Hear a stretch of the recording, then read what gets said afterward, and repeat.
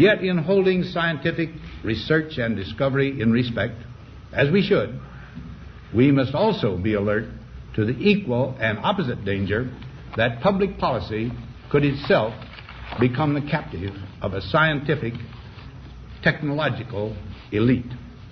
This was a movement that started back in the 1930s originally. They defined themselves. I don't need to rehash their own definition because it's still true today as it was back then.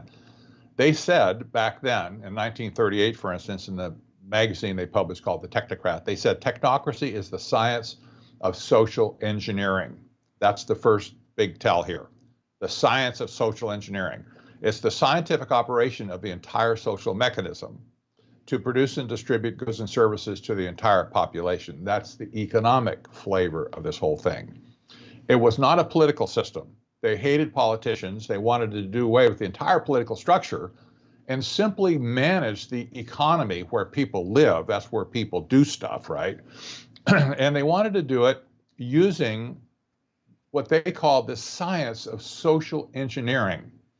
And anywhere you see somebody practicing social engineering, you're touching the heart of a technocrat. For instance, you look at an Anthony Fauci, for instance, pure example of somebody who's involved in the science of social engineering. It's not about the virus, it's about social engineering. He can fold his arms and look down his nose as he stands behind the president of our country, and he can look very condescending very quickly.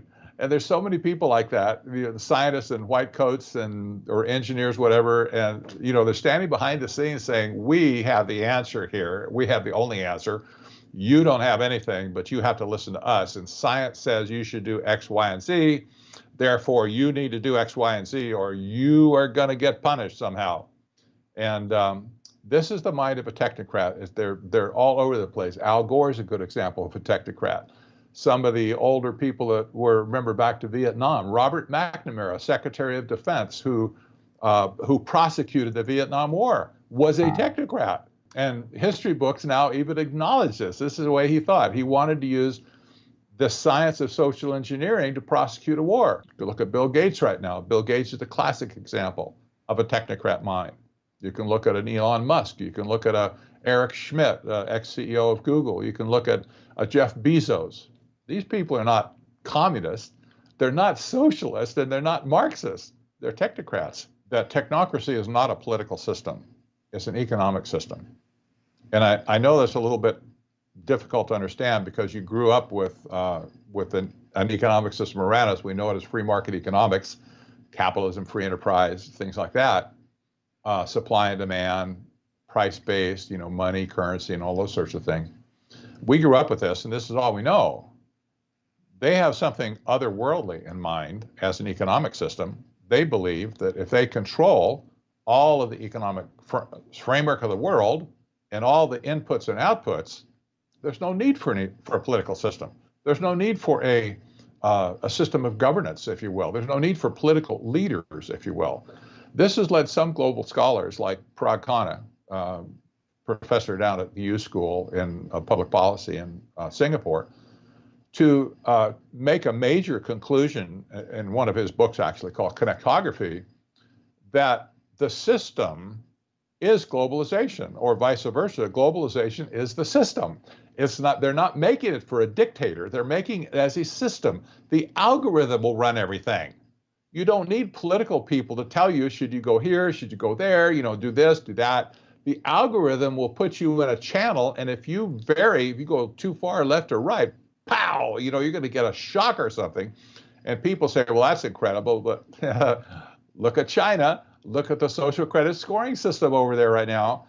And if you don't understand it, you better, because that's the kind of control by algorithm that these people are talking about. You don't need to be governed in a sense. It doesn't matter who's above you. They can call themselves anything they want. They could say they're National Socialists. They could say that they're hardcore Marxists. It doesn't matter what they call themselves at the top. The people on the bottom are not being controlled by those tyrants directly. They're being controlled by algorithm. You get a ticket for jaywalking in China, you'll have the ticket deducted from your checking account or your bank account before you get back to your apartment. because facial recognition watches you, it identifies you as you walk across the street. The fine is calculated based on how many other times you might have done it or other things that you have. And they just go ahead, you're guilty, we've got you on tape. Bang, there's 50 yuan or something coming out of your bank account.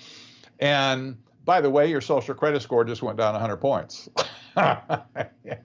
And you get a notice in a few days that you have to move out of the apartment that you're in because you're not qualified for that apartment anymore. Your social credit score is too low. You go, oh no, where am I going to live? And then you get a notice you can't go to that school. You're kicked out of the school you're in because, that school is reserved for good little citizens that don't jaywalk. Yeah, you get the picture. This is not. It doesn't matter whether there's a committee anywhere. There aren't any committees really. Once the algorithm's in place, it's push the button or, click run program, and there you go. And it happens. This is not the America that we want to have in the future. And I'll tell you, if Americans don't stand up at this point, I fear the whole thing's going to be down the toilet really soon, really fast. We have an opportunity. We have an opportunity. If we take advantage of it, it might have a really positive outcome. If we don't take advantage of it, I can tell you where the outcome's going. We said it for 45 years now. These people are going to use their scientific, their engineering, science of social engineering, whatever, and they're gonna trap us into a scientific dictatorship. And I have to say, even the author of Brave New World, Aldous Huxley, said there's no good reason ever to escape from scientific dictatorship. He was right. I don't think there is either. If it ever gets their its claws into your flesh, you won't get loose from it.